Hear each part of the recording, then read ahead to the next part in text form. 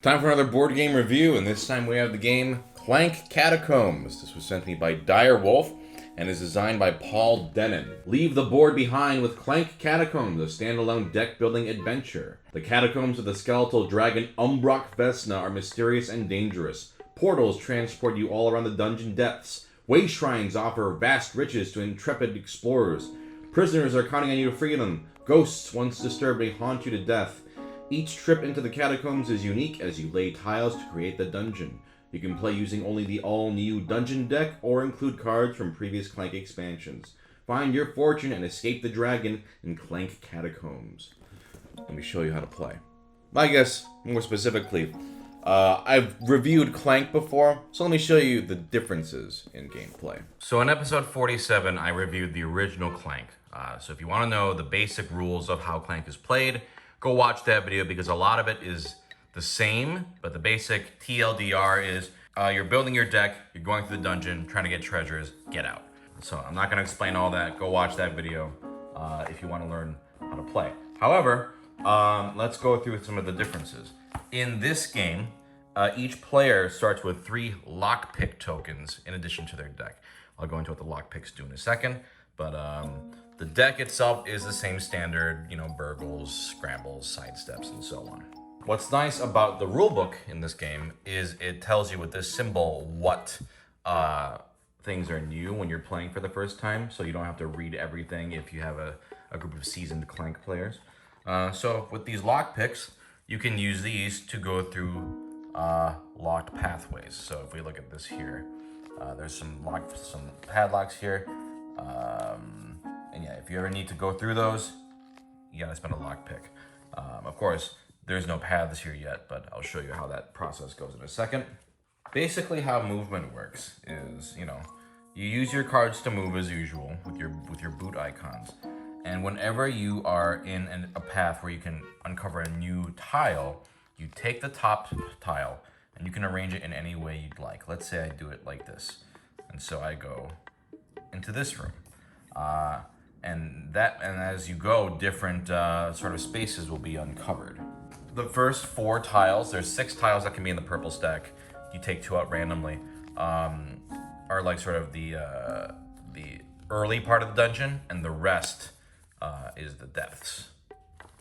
Now, if you ever are in a situation where you don't have enough, let's say lockpicks or footprint icons to go a certain way, like let's say, for example, let's say I had something like this, and let's say I wanted to do this, but I didn't have any swords or anything to counteract that, and I would die. In that case, then I would have to be forced to turn it a different way. It could be this way. It's whichever way you want it to be, basically, as long as it is valid.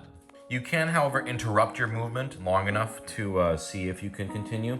For example, let's say I was trying to go this way, and I didn't have enough boots. I could try to let me activate a device or fight a monster to give me the movement. That would let me move along that way. I'm not going to go down here though, because that's annoying to build right now. And that's actually one of the things about this game is you do need a lot of table space because this map can basically build out wherever you go. If you ever run out of tiles in the stack, no more tiles can be explored. Now, you may be wondering how the artifacts work in this game. So I'm just gonna sort of build randomly here, and let's do this and this or something. Now, when an artifact is revealed, let me find one. Here's one. Let's say right here. So if you go in a room with an artifact token icon, you may pick it up as usual. Now, what artifact is placed there is determined by the number of plus signs on it. So, what you do at the beginning of the game is all the artifacts are in a stack, and they're stacked from lowest to highest. Now, if the current top artifact is the 5 artifact, but there are 2 plus icons on here, you take the artifact 2 below the top, and that's the one that gets placed here. So, you only see where the artifacts are as you uncover them with tiles. There are also tiles with chests, libraries, or prisons. Here's a prison tile right here. If I was in a tile with this, I could use one of my lockpicks to save prisoners. So I place a lockpick on here and spend it. And then that gives me 2 prisoner tokens. Prisoners are great because they give you special little powers or bonuses. So for example, here I have the Cleric, which immediately heals 1 damage and gives me 2 points at the end of the game. I also have the Monk, which is worth 1 point at the end for every way shrine I mark. I'll get into way shrines later. So there's a bunch of different prisoners, all with different effects. They're pretty neat. So that's one way you can use a lockpick. This space over here with the treasure chest, I could spend a lockpick here, and that gives me a major secret. You know, if you've played the original game, you should be familiar with these. They're big tokens with bonuses, like here's just a straight up 7 treasure. And the final space of that variety is the library. So let's say this is up here. Actually, that would be impossible to get to. Something like this. Okay. So yeah, I go, let's say I was in this room with this book. I could spend a lockpick on it. And that gives me a free secret tome, which should be familiar to those who have played the game. It's just 7 points at the end of the game. However, it does clog up your deck. Now let's go into some of the new tiles. There are some tiles that are haunted. These have ghosts on them. Let me show you one of them. So, when you uncover a tile with a ghost on it, let's like this one, see that spooky ghost, then you automatically place a ghost cube into the Clank area. Ghosts kind of work like the bounty hunters from Clank in Space, in that when a ghost cube is pulled from the bag, everyone gets hurt. Portals, like these here, when you go onto one of those, you don't stop on the portal. Instead, you enter it and exit from any other portal on any tile in the dungeon. So I could use that to travel, like let's say I went here, I could move all the way over here. I'd have to take a hit from this monster, but that would take me straight to the monkey room. And finally, there are way shrines, which I mentioned earlier. They look like this. When you go on a way shrine, you can spend one of your cubes on it to mark it. And when you do it the first time on a way shrine, you get 1 gold.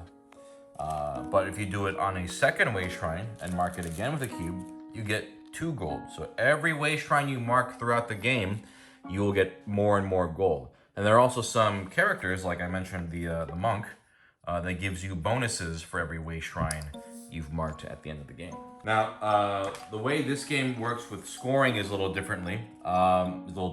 So these purple tiles are the tiles you need to escape to.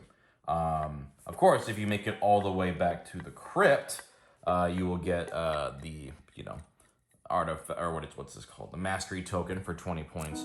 But as long as you make it back to one of these purple tiles before the game ends, you at least get to score. However, if you are stuck in one of the blue tiles, by the end of the game, you will score 0 points. Once a player has escaped or been knocked out, they stop taking regular turns, and instead they draw cubes from the dragon bag. It depends on how many players, usually it's 4 cubes.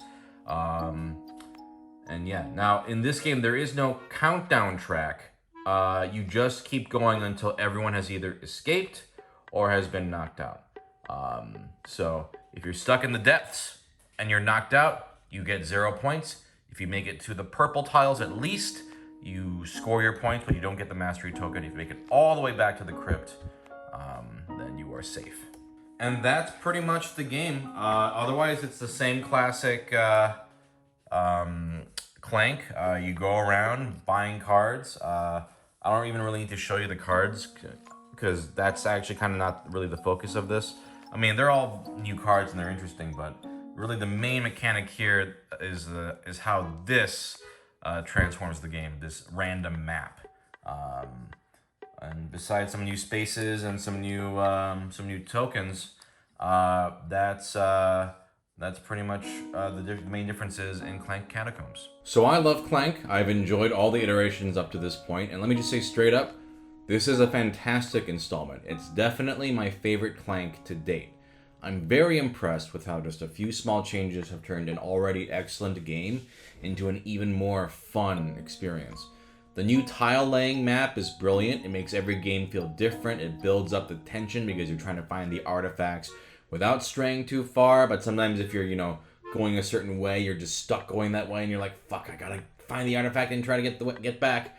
One problem with base Clank is because you know the layout of the dungeon, it can get very samey. But in this game, that problem is immediately solved. And now this almost feels like a kind of like roguelike experience where you're pushing your luck. Okay, if I go this way, what kind of tile is going to show up? Am I going to find an artifact? It finally feels like what they wanted that experience to feel like. But I think the problem with base Clank is it can feel kind of annoying when someone just grabs an artifact and runs. You can't really do that in this because you have to find the artifacts, even just the first one. And that has to be done through uncovering stuff. The new lockpick feature is really fun, especially the prisons. I love the prisoner tokens. They have really fun perks, but all three of them are very satisfying to uncover and, get the rewards for. The haunted tiles, I like the ghost cubes because they ramp up the tension by hitting everybody. The portals are a nice way of giving you some potential relief so you're not completely fucked. The way shrine spaces are a cool reward system that can pay off if you go for them. All the new spaces are really enjoyable additions. Overall, I think this is a fantastic new edition of Clank. I can't wait to see what sort of expansions they do. I feel like you can just easily add new tiles, cards, beef up replayability. Because I was wondering how the tile lang would affect the core game experience, but I gotta say, I think I prefer this over the original. I'm very impressed. I think this is highly recommended. Whether it's your first time playing Clank or if you're a seasoned veteran, I think it's a fantastic product. Really enjoyed this game.